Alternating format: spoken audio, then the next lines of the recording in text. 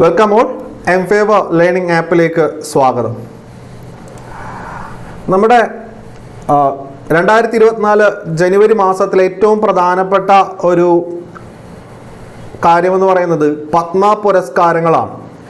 പത്മ പുരസ്കാരങ്ങൾ നേടിയ ആളുകളുടെ എണ്ണവും ആരൊക്കെയാണ് എന്നുള്ള രീതിയിലുള്ള പഠനമൊക്കെ പണ്ടായിരുന്നു. എന്നാൽ ഇന്ന് വളഞ്ഞു തിരിഞ്ഞ ചോദ്യങ്ങളുമായിട്ടാണ് കേരള PSC വരുന്നത്. അതായത് പത്മ പുരസ്കാരങ്ങൾ ലഭിച്ചിട്ടുള്ള വ്യക്തികളുമായി ബന്ധപ്പെട്ട വളരെ ഇമ്പോർട്ടൻ്റ് ആയിട്ടുള്ള ചോദ്യങ്ങളാണ് PSC ചോദിച്ചു വരുന്നത്. ഓക്കെ, അപ്പോൾ ഉറപ്പായും ഈ വരുന്ന പരീക്ഷകളിൽ ഈ ചോദ്യങ്ങൾ ഉണ്ടായിരിക്കും. അച്ചട്ടാണ്.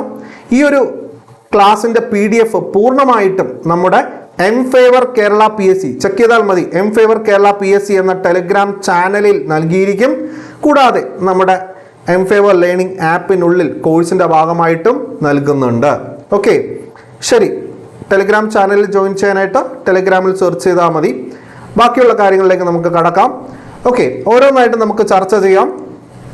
ഇന്നത്തെ ഒറ്റ ദിവസം കൊണ്ട് ഇതെല്ലാം നമ്മൾ മനഃപ്പാഠമാക്കാൻ പോവുകയാണ്. ഓക്കെ, അപ്പോൾ 2024 പത്മ പുരസ്കാരങ്ങളാണ് ഇന്ത്യയുടെ റിപ്പബ്ലിക് ദിനത്തോടനുബന്ധിച്ചുകൊണ്ടാണ് ഇത്തരത്തിൽ പത്മ പുരസ്കാരങ്ങൾ പ്രഖ്യാപിക്കുന്നത്, അല്ലേ? അപ്പോൾ പത്മ പുരസ്കാരങ്ങൾ 2024 ലഭിച്ചവരുടെ എണ്ണം നോക്കുക. 132 പേർക്കാണ് ലഭിച്ചത്. അപ്പോൾ ശ്രദ്ധിക്കണം, കേന്ദ്ര സർക്കാരാണ് പത്മ പുരസ്കാരങ്ങൾ എന്ത് ചെയ്യുന്നത്, പ്രഖ്യാപിക്കുന്നത്. അപ്പോൾ ഇവിടെ ആകെ ജേതാക്കളുടെ എണ്ണം ശ്രദ്ധിക്കണം, 132. ആ 132-ൽ 30 പേർ വനിതകളാണ്. 9 പേർക്ക് മരണാനന്തര ബഹുമതിയായി, അതായത് പോസ്റ്റ്മസ്ലി അവാർഡഡ് ആണ്. അതുപോലെ 8 പേരെന്ന് പറയുന്നത് ഒന്നുകിൽ വിദേശീയരായിരിക്കും, ഫോറിനേഴ്സ്, അല്ലെങ്കിൽ ഇന്ത്യൻ വംശജരായിരിക്കും. അപ്പോൾ ശ്രദ്ധിക്കണം, ആകെ മൊത്തം എത്ര പേർക്കാണ് ഇത്തവണ പത്മ പുരസ്കാരങ്ങൾ ലഭിച്ചിട്ടുള്ളത്? 132 പേർ. അതിൽ എത്ര പേർ വനിതകൾ? 30 പേർ. മരണാനന്തരം നൽകപ്പെട്ട വ്യക്തികൾ 9 പേർ. പോസ്റ്റ്മസ്ലി അവാർഡ്, മരണത്തിന് ശേഷം ലഭിച്ചിട്ടുള്ള. Okay, for example Tamil cinema നടൻ വിജയകാന്തിനൊക്കെ ലഭിച്ചിട്ടുള്ളത് അദ്ദേഹം മരണപ്പെട്ടതിന് ശേഷമാണ് പത്മഭൂഷൺ അദ്ദേഹത്തിന് ലഭിച്ചിട്ടുള്ളത്. ഇനി വിദേശീയർ അല്ലെങ്കിൽ ഇന്ത്യൻ വംശജരായിട്ടുള്ള 8 പേർക്കും അവാർഡ് ലഭിച്ചിട്ടുണ്ട്. നമ്മുടെ ഇന്ത്യയിലെ ഏറ്റവും വലിയ, അതായത് പരമോന്നത സിവിലിയൻ ബഹുമതി എന്ന് പറയുന്നത് ഭാരതരത്നയാണ്. ഭാരതരത്ന അവിടെ ഇരിക്കട്ടെ. അതിനുശേഷം രണ്ടാമത്തെ പരമോന്നത സിവിലിയൻ ബഹുമതി എന്ന് പറയുന്നത് പത്മവിഭൂഷണാണ്. പത്മവിഭൂഷന്റെ താഴെ മാത്രമേ പത്മഭൂഷണും പത്മശ്രീയും വരത്തുള്ളൂ, അല്ലെ? അപ്പോൾ ഈ 132 പേരിൽ 5 പേർക്ക് പത്മവിഭൂഷണും 17 പേർക്ക് പത്മഭൂഷണും, 132 നിന്നും 22 കുറച്ചാൽ 110, അല്ലെ? 110 പേർക്ക് പത്മശ്രീയും ലഭിച്ചു. അപ്പോൾ ഇത് നമ്മളൊന്ന് ശ്രദ്ധിക്കണം. ആരാണ് നൽകുന്നത്? കേന്ദ്ര സർക്കാരാണ് ഇത് പ്രഖ്യാപിക്കുന്നത്, അല്ലേ? റിപ്പബ്ലിക് ദിന വാർഷികത്തോടനുബന്ധിച്ച് കൊണ്ടാണ് ഇത് പ്രഖ്യാപിക്കപ്പെട്ടത്. ആകെ മൊത്തം 132 പേർക്ക് ലഭിച്ചു. 5 പേർക്ക് പത്മവിഭൂഷൺ, 17 പേർക്ക് പത്മഭൂഷൺ, ബാക്കി നിങ്ങൾ മൈനസ് ചെയ്താൽ കിട്ടും 110 പേർക്ക് പത്മശ്രീ. ഇനി എത്ര വനിതകൾക്ക് ലഭിച്ചു? 30 പേർക്ക് ലഭിച്ചു. മരണാനന്തര ബഹുമതിയായിട്ട് 9 പേർക്ക് ലഭിച്ചു. വിദേശീയരും ഇന്ത്യൻ വംശജരുമായിട്ടുള്ള വ്യക്തികളിൽ 8 പേർക്ക് ലഭിച്ചു. ഇത്രയും കാര്യങ്ങൾ പക്കയാണ്. അങ്ങനെയാണെങ്കിൽ പത്മവിഭൂഷൺ ലഭിച്ചിട്ടുള്ള ആളുകളുടെ വിവരം നമുക്ക് തിരക്കാം. ഓക്കെ, ശ്രദ്ധിക്കണം. ഇത് നിങ്ങൾ ഇങ്ങനെ പഠിച്ചാൽ പോരാ. അതായത് ഫോർ എക്സാമ്പിൾ നമ്മൾ നോക്കുകയാണ്, പത്മവിഭൂഷൺ 5 പേർക്ക് ലഭിച്ചു, അല്ലേ? ആർക്കൊക്കെയാണ്? വൈജയന്തി മാല ബാലി, കൊനിഡേല ചിരഞ്ജീവി, എം വെങ്കയ്യ നായിഡു, ബിന്ദേശ്വർ പതക്, പത്മ സുബ്രഹ്മണ്യൻ. അപ്പോൾ നമ്മൾ ഇങ്ങനെ പഠിക്കുകയാണ്. ഇങ്ങനെയാണ് നമ്മൾ വായിച്ച് ഇവരുടെ പേരുകൾ പഠിച്ചു പോവുകയാണെങ്കിൽ PSC ചോദ്യം മറിച്ചായിരിക്കും. അതായത് തമിഴ്നാട്ടിൽ നിന്നും പത്മവിഭൂഷൺ നേടിയ ഭരതനാട്യം നർത്തകിമാർ ആരൊക്കെ എന്ന് ചോദിച്ചാൽ സ്വാഭാവികമായിട്ട് നമുക്ക് ഉത്തരം പറയാൻ പറ്റും. 1 വൈജയന്തി മാല ബാലി, 2 പത്മ സുബ്രഹ്മണ്യം. ഇനി കൊനിഡേല ചിരഞ്ജീവി എന്നുള്ളത്, ചിരഞ്ജീവി നിങ്ങൾ കേട്ട് കാണും, തെലുങ്ക് നടനാണ്. തെലുങ്ക് നടൻ രാം ചരൻ്റെ ഫാദറാണ് അല്ലേ? അദ്ദേഹത്തിൻ്റെ യഥാർത്ഥ നാമവും നമ്മൾ അറിഞ്ഞിരിക്കണം, യഥാർത്ഥ നാമം. ഓക്കെ, അപ്പൊ അദ്ദേഹത്തിൻ്റെ യഥാർത്ഥ നാമം ശിവശങ്കര എന്നുള്ളതാണ്. ശിവശങ്കര എന്നുള്ളതാണ് അദ്ദേഹത്തിൻ്റെ യഥാർത്ഥ നാമം. അതും കൂടി നമ്മൾ നോക്കിക്കൊള്ളുക. അദ്ദേഹം ഒരു കാലത്ത് കേന്ദ്ര ടൂറിസം അതുപോലെ തന്നെ സാംസ്കാരിക വകുപ്പ് കൈകാര്യം ചെയ്തിരുന്ന മന്ത്രിയായിരുന്നു. അദ്ദേഹം സ്വന്തമായിട്ട് 2008 പ്രജാരാജ്യം എന്ന് പറയുന്ന ഒരു പാർട്ടി രൂപവൽക്കരിച്ചിരുന്നു തുടങ്ങിയുള്ള കാര്യങ്ങൾ നമ്മൾ ശ്രദ്ധിച്ചോളണം. ഇനി എം വെങ്കയ്യ നായിഡു എല്ലാവർക്കും അറിയാം, ഇന്ത്യൻ മുൻ ഉപരാഷ്ട്രപതിയാണ്. അതുപോലെ ബിന്ദ്വേശ്വർ പഥക്, ഏറ്റവും പ്രധാനം, ഈ 5 പേരിൽ ഏറ്റവും പ്രധാനമായിട്ട് നമ്മൾ ഓർത്തു വെക്കേണ്ട പേര് ബിന്ദ്വേശ്വർ പഥക്കാണ്. കാരണം ഇന്ത്യയുടെ ടോയ്ലറ്റ് മാൻ എന്നറിയപ്പെടുന്ന വ്യക്തിയാണ് ബിന്ദ്വേശ്വർ പഥക്, ബീഹാറിൽ നിന്നും. വളരെ ശ്രദ്ധിക്കണം, ബീഹാറിൽ നിന്നും. അപ്പോൾ ചിരഞ്ജീവിയും വെങ്കയ്യ നായിഡുവും ആന്ധ്രാക്കാരാണ്, എന്നാൽ ബിന്ദ്വേശ്വർ പഥക് ബീഹാറിൽ നിന്നാണ്. ഇവരുടെ സ്റ്റേറ്റും കൂടെ പഠിച്ചു വയ്ക്കുക. ബീഹാറിൽ നിന്നും ഇന്ത്യയുടെ ടോയ്ലറ്റ് മാൻ എന്നറിയപ്പെടുന്ന വ്യക്തി ബിന്ദ്വേശ്വർ പഥക്. പത്മവിഭൂഷൺ മരണാനന്തര ബഹുമതിയായിട്ട് ലഭിച്ചിട്ടുള്ള ഏക വ്യക്തി കൂടിയാണ് ഇവിടെ ബിന്ദ്വേശ്വർ പഥക് എന്നുള്ള കാര്യവും ഓർത്തിരിക്കണം. അപ്പൊ ഇത്തരത്തിലുള്ള ചോദ്യങ്ങളാണ് വളഞ്ഞു തിരിഞ്ഞ് PSC ചോദിച്ചു വരുന്നത്, ഇന്ത്യയുടെ ടോയ്ലറ്റ് മാൻ എന്നറിയപ്പെടുന്നത്. അപ്പൊ നമ്മൾ ശ്രദ്ധിക്കും ഇത് എവിടെ നിന്ന് വന്നു. കാരണം ബിന്ദ്വേശ്വർ പഥകിന് 2024 പത്മവിഭൂഷൺ ലഭിച്ചു എന്നുള്ളത് കൊണ്ടാണ് അത്തരത്തിലുള്ള ഒരു ചോദ്യം വന്നിരിക്കുന്നത്. അപ്പോൾ അത്തരത്തിൽ ചോദ്യങ്ങൾ എന്തൊക്കെയാണെന്നുള്ളത് നമുക്കൊന്ന് റിവൈസ് ചെയ്താലോ.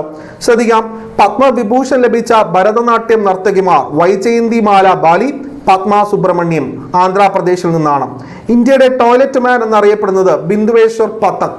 എന്തുകൊണ്ടാണ് അദ്ദേഹം അതങ്ങനെ അറിയപ്പെടുന്നത്? രാജ്യത്ത് നിരവധി പൊതു ശൗചാലയങ്ങൾ നിർമ്മിക്കുന്നതിൽ സുപ്രധാന പങ്ക് വഹിച്ച ബിന്ദ്വേശ്വർ പഥക്കിന്റെ ഒരു സ്ഥാപനമുണ്ട്. 1977 അദ്ദേഹം ബീഹാർ ആസ്ഥാനമായി ആരംഭിച്ച ഒരു സ്ഥാപനം, അതാണ് സുലഭ് ഇന്റർനാഷണൽ. വളരെ പ്രധാനമാണ്. ഇന്ത്യയിൽ പൊതു ശൗചാലയങ്ങൾ അഥവാ പബ്ലിക് ടോയ്ലറ്റുകൾ നിർമ്മിക്കുന്നതിൽ പ്രധാന പങ്ക് വഹിച്ചിട്ടുള്ള ഒരു വലിയ ഒരു ഓർഗനൈസേഷൻ ആണ് ഈ പറയുന്ന സുലഭ് ഇന്റർനാഷണൽ ഫോം ചെയ്തിരിക്കുന്നത് 1970. അതിൻ്റെ അധിപനാരാണ് ബിന്ദ്വേശ്വർ പഥക്. അദ്ദേഹം മരണപ്പെട്ടു. മരണത്തിന് ശേഷമാണ് പത്മവിഭൂഷൺ ലഭിക്കുന്നത്. ഇദ്ദേഹമാണ് ഇന്ത്യയുടെ ടോയ്ലറ്റ് മാൻ എന്ന് അറിയപ്പെടുന്നത്. ഓക്കെ ആണോ? ഇതുവരെയുള്ള കാര്യങ്ങളൊക്കെ ആണോ?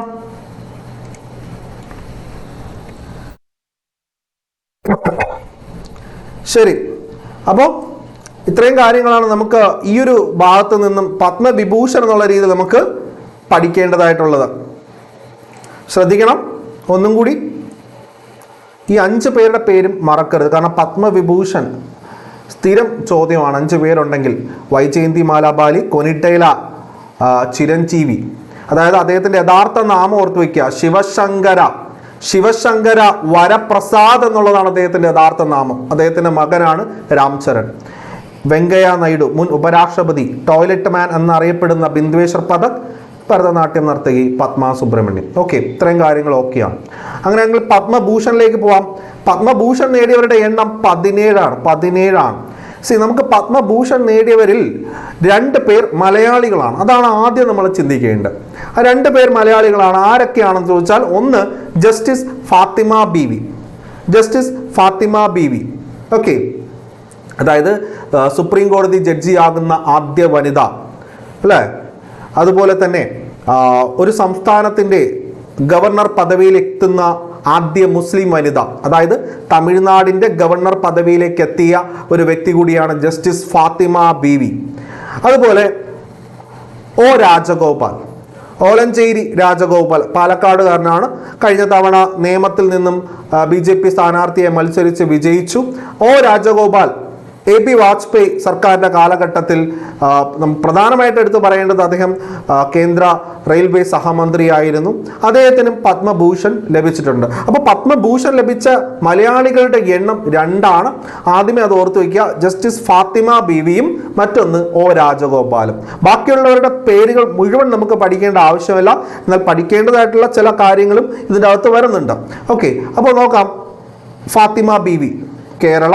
അതുപോലെ തന്നെ ഹോർമുസ് ജി എൻ കാമ അതായത് ലിറ്ററേച്ചർ ആൻഡ് എഡ്യൂക്കേഷൻ ജേർണലിസം, വളരെ പ്രധാനമായിട്ട് അദ്ദേഹം ഒരു പത്രപ്രവർത്തകരാണ് മഹാരാഷ്ട്രയിൽ നിന്നുള്ളത്, അത് ഓർത്തിരിക്കാം. ഇനി ശ്രദ്ധിക്കേണ്ട ഒരു കാര്യം മിഥുൻ ചക്രവർത്തി. മിഥുൻ ചക്രവർത്തി എല്ലാവർക്കും അറിയാം അല്ലെ, ബോളിവുഡ് സിനിമ കാണുന്നവർക്ക് എല്ലാവർക്കും അറിയാം.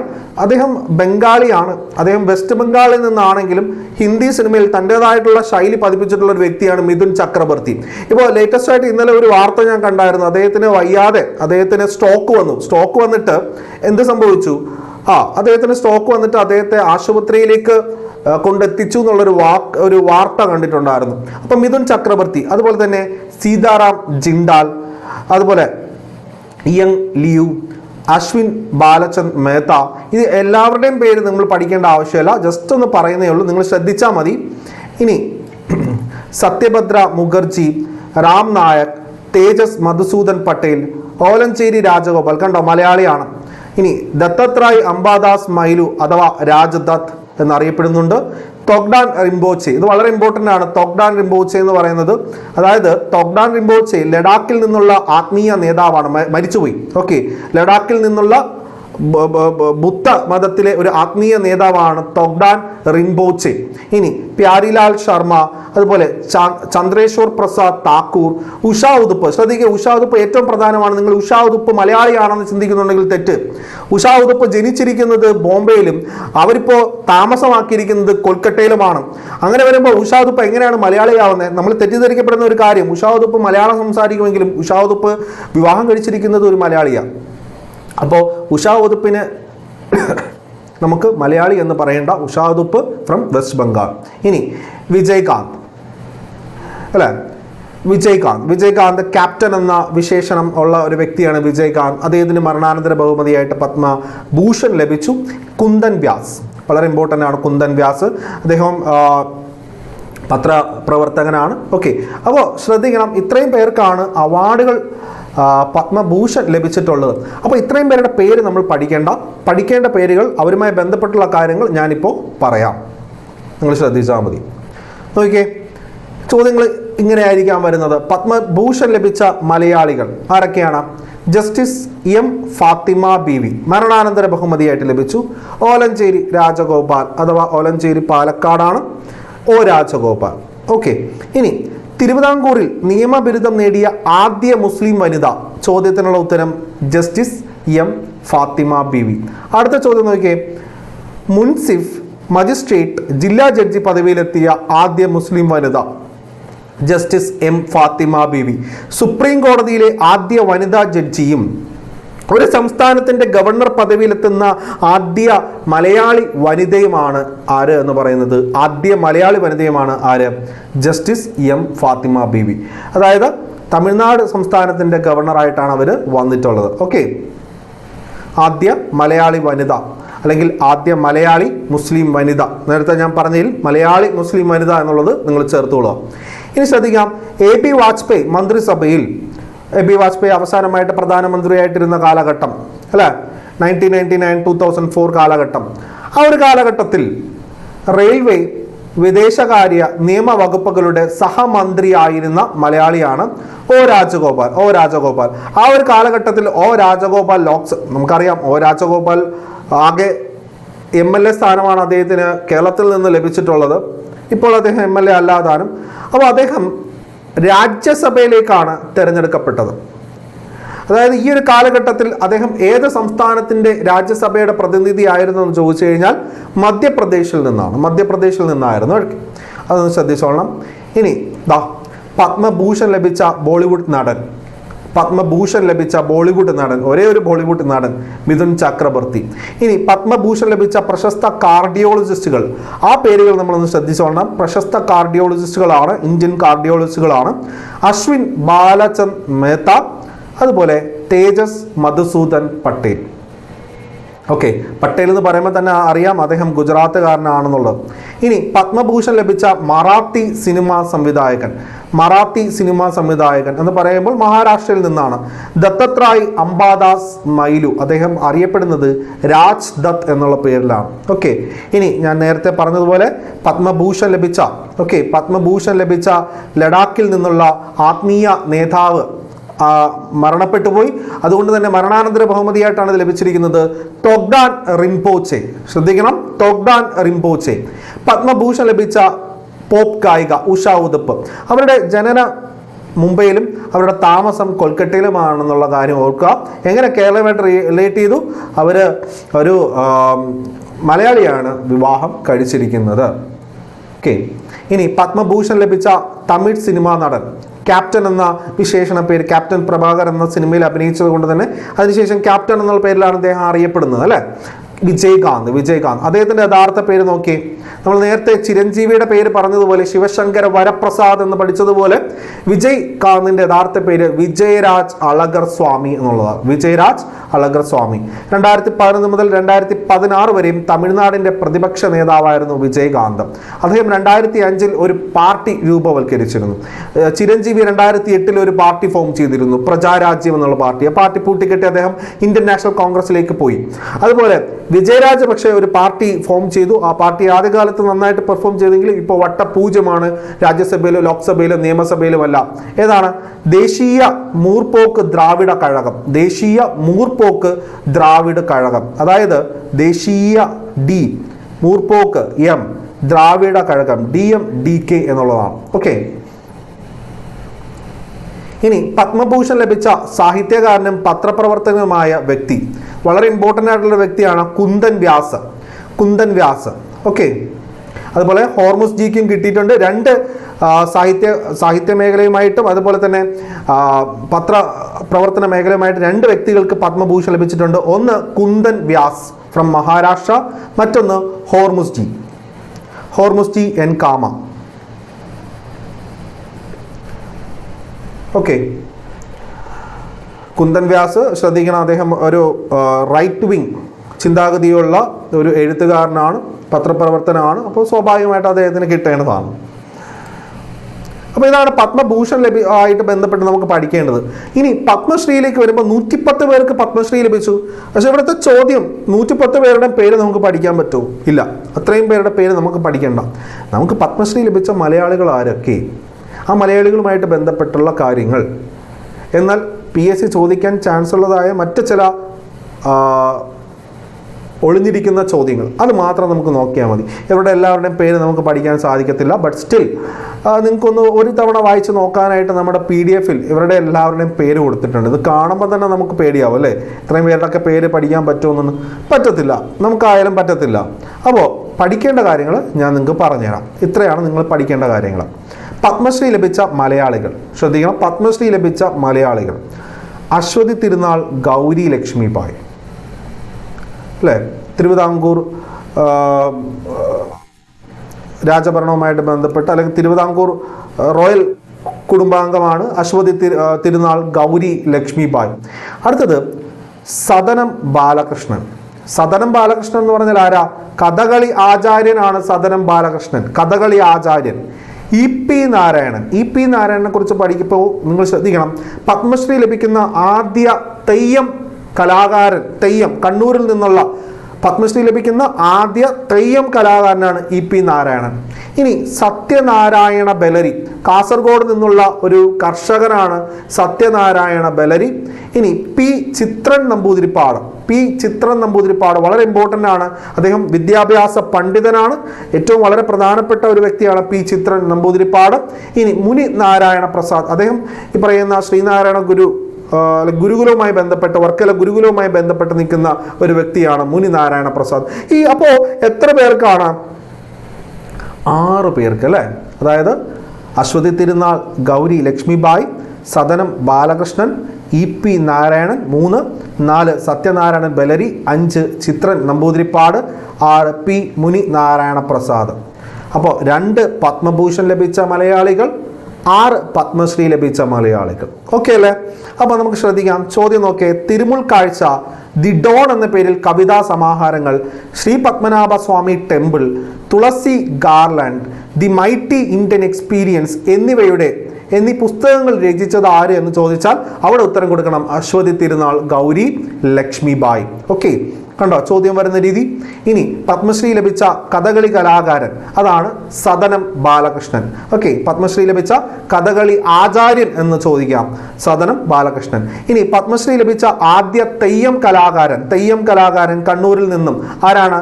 EP നാരായണൻ. EP നാരായണനാണ് പത്മശ്രീ ലഭിക്കുന്ന ആദ്യ തെയ്യം കലാകാരൻ. കണ്ടോ ഇങ്ങനെയുള്ള ചോദ്യങ്ങൾ. ആദ്യത്തെ തെയ്യം എന്ന് പറയുന്ന ഒരു കലയെ തന്നെ ആദ്യമായിട്ട് പത്മ പുരസ്കാരം അംഗീകരിച്ചിരിക്കുകയാണ്. ഇനി ശ്രദ്ധിക്കണം, എന്തുകൊണ്ട് സത്യനാരായണ ബെലരി കാസർഗോഡ് നിന്നുള്ള ഒരു കർഷകന് ഇത്തവണ ഒരു അവാർഡ് കൊടുത്തു, പത്മശ്രീ കൊടുത്തു? പേപ്പർ ഗ്ലാസിൽ വിത്ത് മുളപ്പിച്ചതിന് ശേഷം ഗ്രോ ബാഗിലേക്ക് പറിച്ചു നടന്ന കൃഷി രീതിയിലൂടെ പ്രശസ്തി ആർജിച്ച ഒരു വ്യക്തിയാണ് സത്യനാരായണ ബെലരി. പക്ഷെ കണ്ടോ, പേപ്പർ ഗ്ലാസിൽ വിത്ത് മുളപ്പിച്ചു, ശേഷം ഗ്രോ ബാക്കിലേക്ക് പറിച്ചു നടന്ന ഒരു കൃഷി രീതിയുമായി മുന്നോട്ട് പോയ വ്യക്തിയാണ് സത്യനാരായണ ബെലരി. അപ്പോൾ അദ്ദേഹത്തിൻ്റെ ആ ഒരു അർപ്പണബോധത്തിനോട് ബഹുമാനം നൽകുന്ന രീതിയിലാണ് ഇത്തവണ പത്മശ്രീ ലഭിച്ചിരിക്കുന്നത്. ഇനി ശ്രദ്ധിക്കേണ്ട കാര്യം, സംസ്ഥാന സ്കൂൾ യുവജനോത്സവത്തിൻ്റെ ആസൂത്രകൻ എന്നറിയപ്പെടുന്നു. ശ്രദ്ധിക്കണം, സംസ്ഥാന സ്കൂൾ യുവജനോത്സവത്തിൻ്റെ ആസൂത്രകൻ എന്നറിയപ്പെടുന്ന വിദ്യാഭ്യാസ പണ്ഡിതൻ അദ്ദേഹമാണ് P. ചിത്രൻ നമ്പൂതിരിപ്പാട്.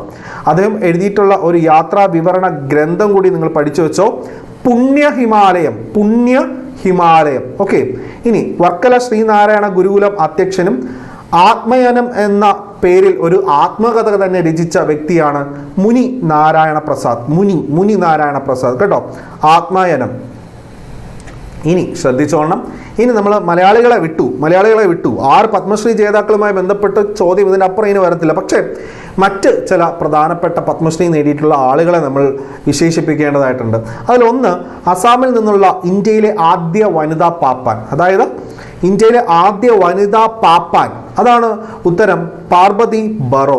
അപ്പോൾ ശ്രദ്ധിക്കണം, പാർവതി ബറോ അറിയപ്പെടുന്നത് ഹസ്തി കന്യ എന്നുള്ളതാണ്. ഹസ്തി എന്ന് പറഞ്ഞാൽ ആന, എലിഫന്റ് എന്നുള്ളതാണ് ഹിന്ദിയിൽ. ഹസ്തി എന്നാൽ മലയാളത്തിൽ ആന. ഓക്കെ, അപ്പോൾ അസാമിൽ നിന്നുള്ള വ്യക്തിയാണ്, ഇന്ത്യയുടെ ആദ്യ വനിതാ പാപ്പാനാണ് പാർവതി ബറോ, തെറ്റിപ്പോകരുത്. ഇനി അടുത്ത ശ്രദ്ധിച്ചു നോക്കേ, ഈ ഒരു ചോദ്യം നിങ്ങൾ എവിടെയെങ്കിലും കണ്ടിട്ടുണ്ടോ? നിങ്ങൾ കണ്ടു കാണത്തില്ല. കാരണം ചോദ്യങ്ങൾ വരുന്നത് ഇങ്ങനെയാണ്. ചോദ്യകർത്താവിൻ്റെ മനസ്സിൽ തന്നെ എന്താണ്, നമ്മൾ ഉത്തരം കൊടുക്കരുതേ. ഏതെങ്കിലും എവിടെന്നെങ്കിലും കിണ്ടിക്കളച്ചെടുത്തുകൊണ്ട് വരുന്നൊരു ചോദ്യം കൊണ്ടങ്ങ് ഉദ്യോഗാർത്ഥികളെ ഭയപ്പെടുത്തണം. ശരിക്കും പറഞ്ഞാൽ PSC പരീക്ഷ എന്ന് പറയുന്നത് തന്നെ ഒരു ഉദ്യോഗാർത്ഥിയുടെ മാനസിക നിലയെ പരിശോധിക്കുന്ന ഒരു സംഗതി കൂടിയാണ്. അവൻ ഈ ഒരു ചോദ്യത്തിന് മുന്നിൽ പതറിപ്പോയാൽ തീർന്നു, പിന്നെ അവൻ ആ പരീക്ഷ ജയിക്കത്തില്ല. അതേസമയം ഈ ചോദ്യത്തെ ധൈര്യപൂർവ്വം നേരിടുകയാണ്. അറിയാൻ പാടില്ലെങ്കിൽ എനിക്കറിയത്തില്ല, ഞാൻ അടുത്ത ചോദ്യം അറിയാവുന്ന ചോദ്യങ്ങൾ എഴുതും. കൂൾ മൈൻഡിൽ അങ്ങ് പോയി കഴിഞ്ഞാൽ അറിയാവുന്ന ചോദ്യങ്ങൾ എഴുതി പരീക്ഷ പാസ്സാവാം. അല്ല, അറിയാൻ പാടില്ലാത്ത ചോദ്യങ്ങൾ കണ്ടും വിറച്ചും പേടിച്ചു വരുന്നു കഴിഞ്ഞാൽ അന്നത്തെ പരീക്ഷ തന്നെ നമ്മുടെ കയ്യിൽ നിന്ന് പോകും. ശ്രദ്ധിക്കുക, പുരാതന നാടക കലാരൂപമായ ചിന്തു യക്ഷഗാനം. ശ്രദ്ധിക്കണം, ചിന്തു യക്ഷഗാനം തെലങ്കാനയിലാണ് ഈ പറയുന്ന കലാരൂപം ഉള്ളത്. അതിന് പത്മശ്രീ ലഭിച്ച കലാകാരനാണ് ആര്? ഗദ്ദം സമ്മയ്യ. തെലങ്കാനക്കാരാണ് ഗദ്ദം സമ്മയ്യ.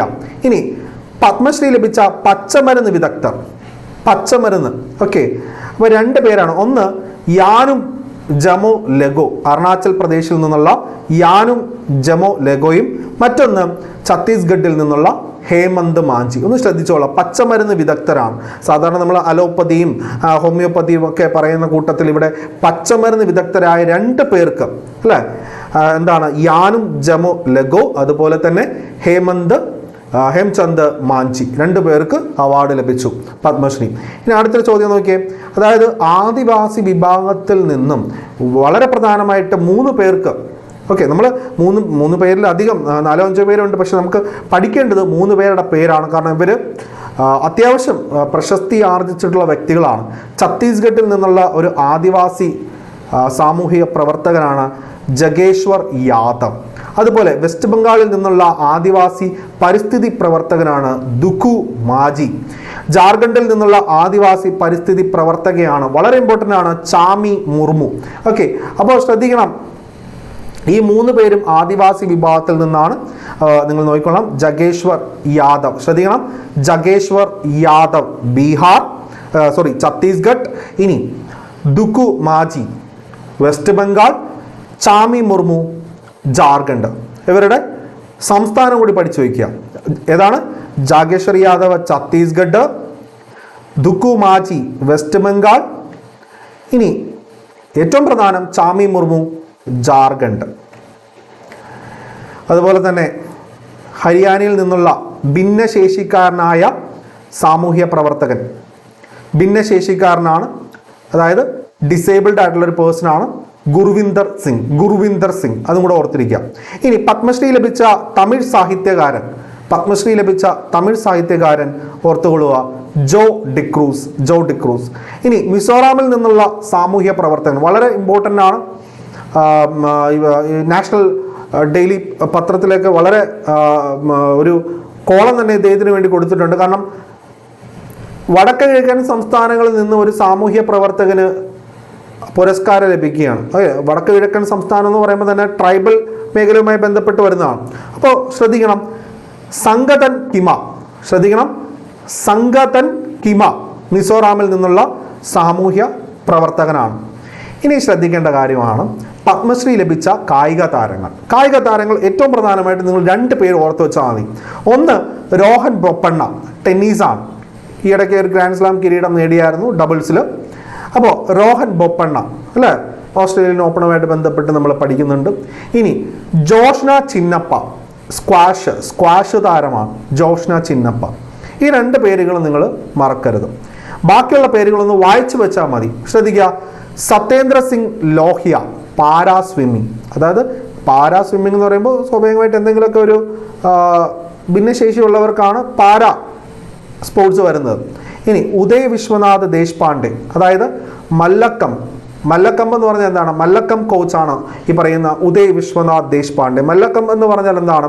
ഒരു ടൈപ്പ് ഗുസ്തിയാണ്, റെസ്ലിംഗ് ആണ്. ഓക്കെ, ഒരു കമ്പിന് മേലെ കയറി നിന്നുള്ള ഒരു ടൈപ്പ് റെസ്ലിംഗ് ആണ്. ശരിക്കും മല്ലക്കമ്പ് കേരള PSCയുടെ മുൻകാല ചോദ്യമാണ്, ഞാൻ ഓർക്കുന്നുണ്ട്. കാരണം എന്ന് വെച്ച് കഴിഞ്ഞാൽ മല്ലക്കമ്പ് ഒരു സംസ്ഥാനത്തിൻ്റെ ഔദ്യോഗിക കായിക വിനോദമാണ്. ഏത് സംസ്ഥാനമാണെന്നറിയാമോ? മധ്യപ്രദേശ്. എനിക്ക് തോന്നുന്നു 2013 കാലഘട്ടത്തിലാണെന്ന് തോന്നുന്നു മധ്യപ്രദേശിൻ്റെ സംസ്ഥാന കായികമാണ് എന്തെന്ന് പറയുന്നത്? മല്ലക്കം. ഓക്കെ, ഇനി ഗൗരവ് ഖന്ന പാരാ ബാഡ്മിൻ്റൺ കോച്ചാണ് അല്ലേ, അതായത് പാരാ ബാഡ്മിൻ്റൺ ഭിന്നശേഷിക്കാരായിട്ടുള്ള ആൾക്കാർക്ക് ബാഡ്മിൻ്റൺ കോച്ചിങ് നൽകുന്ന വ്യക്തിയാണ് ഗൗരവ് ഖന്ന. അതുപോലെ തന്നെ പൂർണിമ മഹത്തോ അമ്പെയ്ത്ത് ആർച്ചറി കോച്ചാണ്. ലാസ്റ്റ് എന്ന് പറയുന്നത് ഹർബീന്ദർ സിംഗ് മുൻ ഹോക്കി താരമാണ്, ഇന്ത്യൻ ഹോക്കി താരമാണ്. അപ്പോൾ ഇത്രയും പേർക്കാണ് കായിക മേഖലയിൽ നിന്നും പത്മശ്രീ ലഭിച്ചിട്ടുള്ളത്. ഇനി ഏറ്റവും പ്രധാനം, ഉറപ്പായും ഈ ഒരു ചോദ്യം ചോദിക്കും, കാരണം ഇതൊരു വനിതയാണ്, വനിതാ ശാക്തീകരണം നടന്നുകൊണ്ടിരിക്കുന്ന കാലഘട്ടമാണ്. ആൻഡമാനിൽ